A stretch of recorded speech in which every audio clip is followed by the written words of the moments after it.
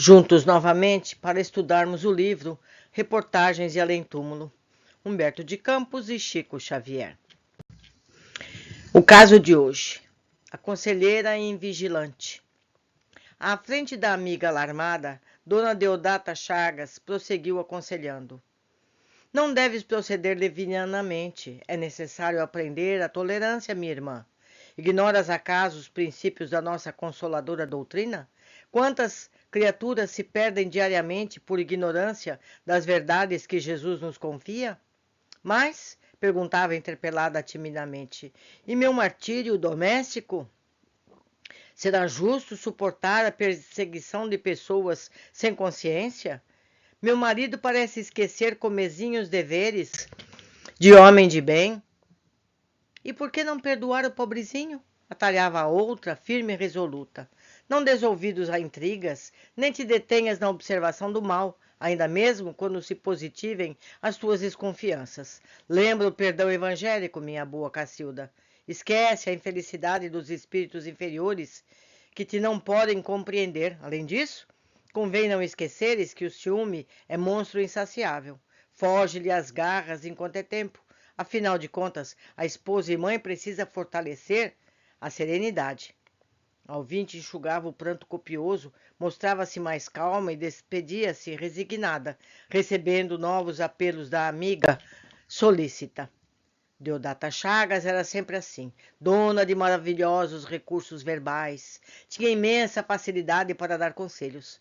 Ninguém conseguia ausentar-se de sua porta sem um punhado de exortações.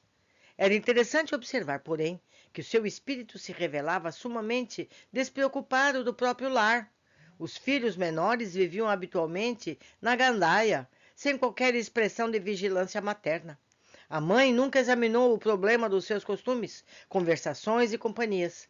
O esposo, Edmundo Chagas, homem do comércio, chegava à casa a horas determinadas durante o dia. Mas não raro, ao almoço, Dona Deodata permanecia na sala de visitas a esboçar orientações para as amigas desesperadas. Germana, não posso compreender-te a exaltação descabida. Não te deixes dominar tanto assim. E os filhos, Deodata? Inquiria Dona Germana, olhos inchados de chorar. São eles o motivo dos meus sofrimentos invariáveis. Nos tempos de hoje, raríssimos consideram deveres, poucos se dispõem a obedecer.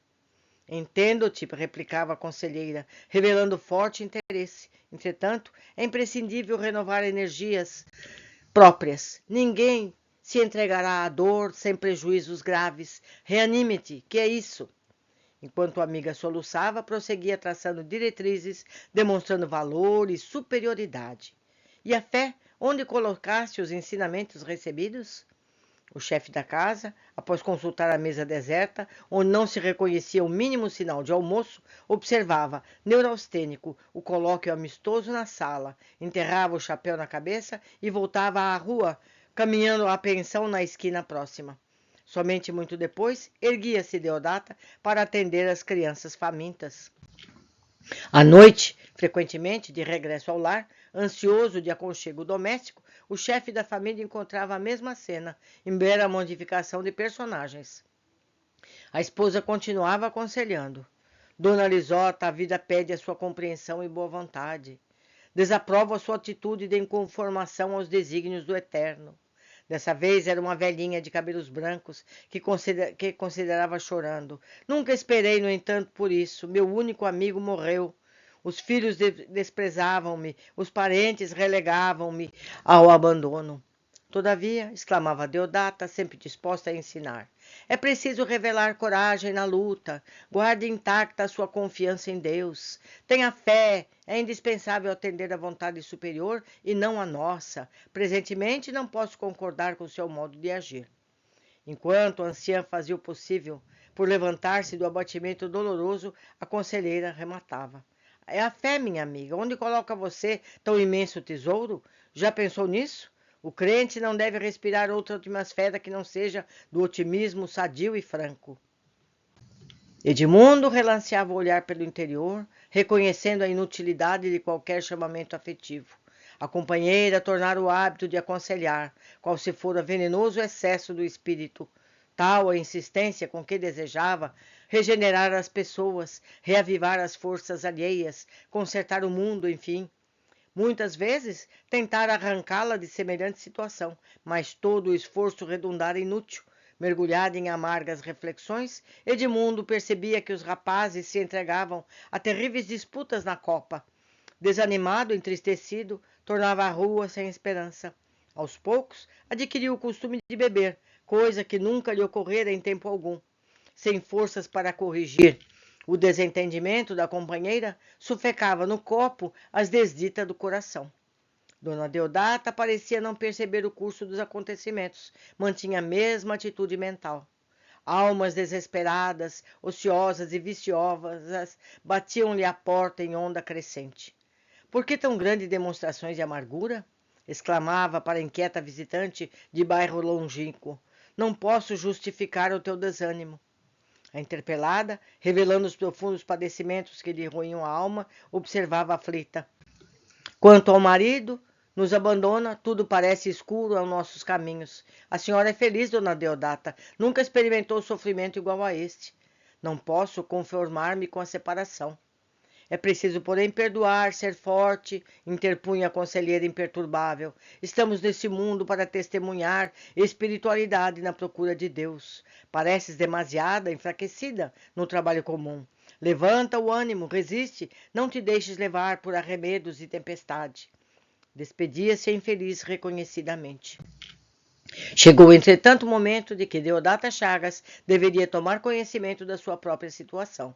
Depois de alguns dias, nos quais dispunha o marido em viagem de serviço, veio a saber que Edmundo montara nova casa em bairro distante. O álcool trouxera o esquecimento das obrigações sagradas. O bar incumbia-se de conduzi-lo a relações diferentes, e com o embriaguez dos sentidos veio a embriaguez dos sentimentos. A senhora Chagas, contudo, sempre eficiente nas orientações dos outros, recebeu a notícia sem ocultar mágoa imensa. Aquela alma tão forte, tão clara, que sabia traçar os caminhos alheios, semelhava-se agora a um lago turvo em face das pedras, da tempestade e das rajadas do vento. Humilhada, chorosa, procurou os filhos para torná-los participantes da sua profunda revolta. Entretanto, encontrou neles a mais áspera observação. Alguns estavam dispostos a seguir, sem hesitação, para a nova casa paterna. Inconformada, a pobre senhora buscou os recursos na justiça do mundo, mas a cada passo encontrava a ironia, o desprezo, o desconhecimento deliberado da sua dor. Incapaz de manter a resistência necessária, surda agora aos apelos que as amigas lhe traziam ao espírito desalentado, Deodata recolheu-se ao leito dominada de traumatismo singular, que lhe envenenou o organismo para sempre. Depois de 3 anos de reclusão, entre meditação e lágrimas, voltou novamente ao plano espiritual. Com surpresa, todavia, experimentava o mesmo abatimento e desolação. Embora atendida por dedicados enfermeiros da esfera invisível aos olhos mortais, a desencarnada por muito tempo permaneceu enleada no fundo escuro das suas impressões de amargura e revolta íntima. Chegou, porém, o instante em que conseguiu lobrigar o vulto de um daqueles emissários do bem que lhe balsamizaram o coração. Extenuada de angústia no conflito consigo mesma, a pobre criatura ajoelhou-se e rogou ansiosa. Ó mensageiro de Deus, explicai-me, por piedade, a razão de minhas enormes deslitas. Sinto-me cansada, oprimida. Por que as dolorosas tragédias que me destruiu o destino cheio de esperança?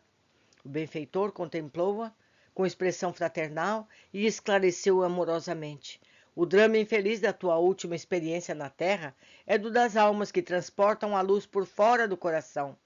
Os que ensinam sem aprender, aconselham sem praticar, são também filhos pródigos da casa do Pai, dissipam tesouros espirituais sem cogitar das necessidades próprias e acordam mais cedo ou mais tarde com a miséria e o desconforto.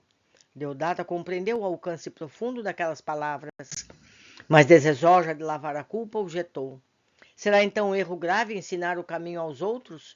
E Jesus não trabalhou o mestre no mundo para traçar diretrizes ao homem sofredor?